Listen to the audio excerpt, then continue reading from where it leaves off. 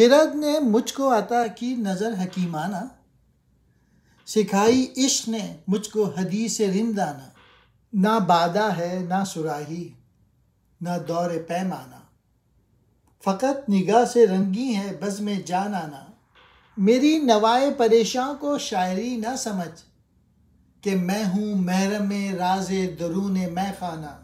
کلی کو دیکھ کے ہے تشنہ نسیم سحر، اسی میں ہے میرے دل کا تمام افسانہ۔ انسان، عقل اور عشق دو قوتوں کے مجموعے کا نام ہے۔ عقل انسان کو حکمت عطا کرتی ہے اور اس میں مستی کا رنگ پیدا ہوتا ہے۔ عقل نے مجھے فلسفیانہ نظر عطا کی، عشق نے مجھے رندوں کے طور طریقے سکھا دیے، یعنی میں نے عقل و عشق دونوں سے فیض حاصل کیا۔ محبوب کی محفل اس کی نگاہ کی برکت سے رنگی و مست ہے، حالانکہ نہ اس محفل میں شراب ہے نہ شرائی نہ پیالہ گردش کر رہا ہے، یعنی صرف مرشد کی نگاہ مست کر دینے کے لیے کافی ہوتی ہے۔ اے مخاطب، میری باتوں کو صرف شاعری نہ سمجھ، اور میں شاعری نہیں کر رہا ہوں، بلکہ میں اسلام کے حقائق شاعری کے لباس میں بیان کر رہا ہوں۔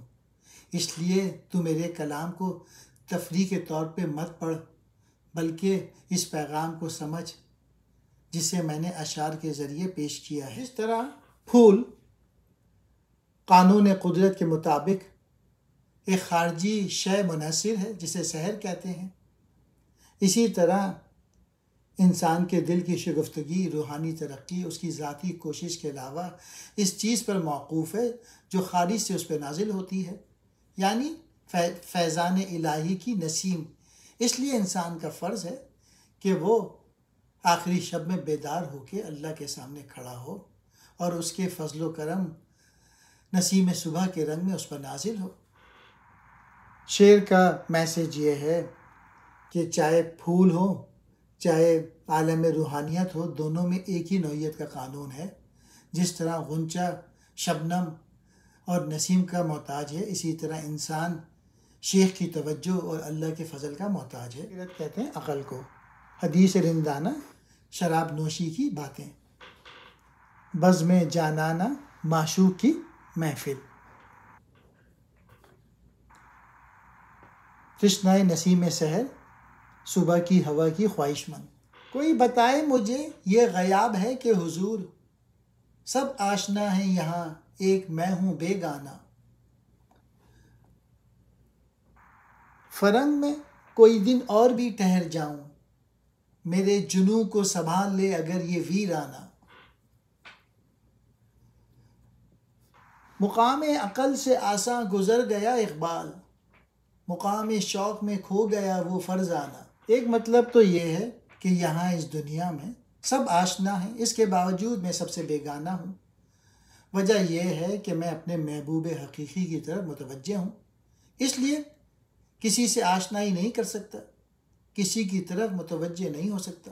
دوسرا مطلب یہ ہے کہ لوگ اپنی غلط بینی کی وجہ سے دوسروں کو اپنا آشنا سمجھتے ہیں، حالانکہ حقیقت یہ ہے کہ انسان اس دنیا میں بیگانہ ہے، کیونکہ دنیا اور اس کے متعلق سب مادی ہیں اور انسان اپنی اصل کے لحاظ سے غیر مادی ہے۔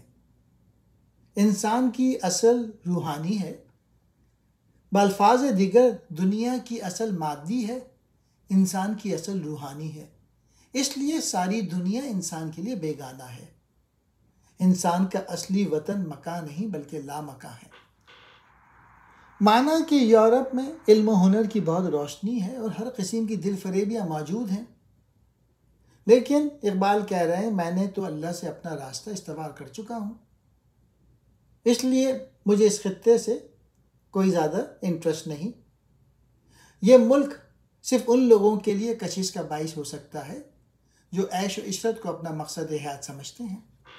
اور آخری شعر میں اقبال نے مقام عقل اور مقام عشق کا موازنہ کیا ہے۔ کہتے ہیں کہ انسان کے لیے عقل کے تقاضوں کو پورا کرنا تو آسان ہے، لیکن عشق کے تقاضوں کو پورا کرنا بہت مشکل ہے، کیونکہ عقل انسان کو دشواریوں اور مشکلات سے بچاتی ہے، لیکن عشق انسان کو دشواریوں اور مشکلات میں مبتلا کرتا ہے۔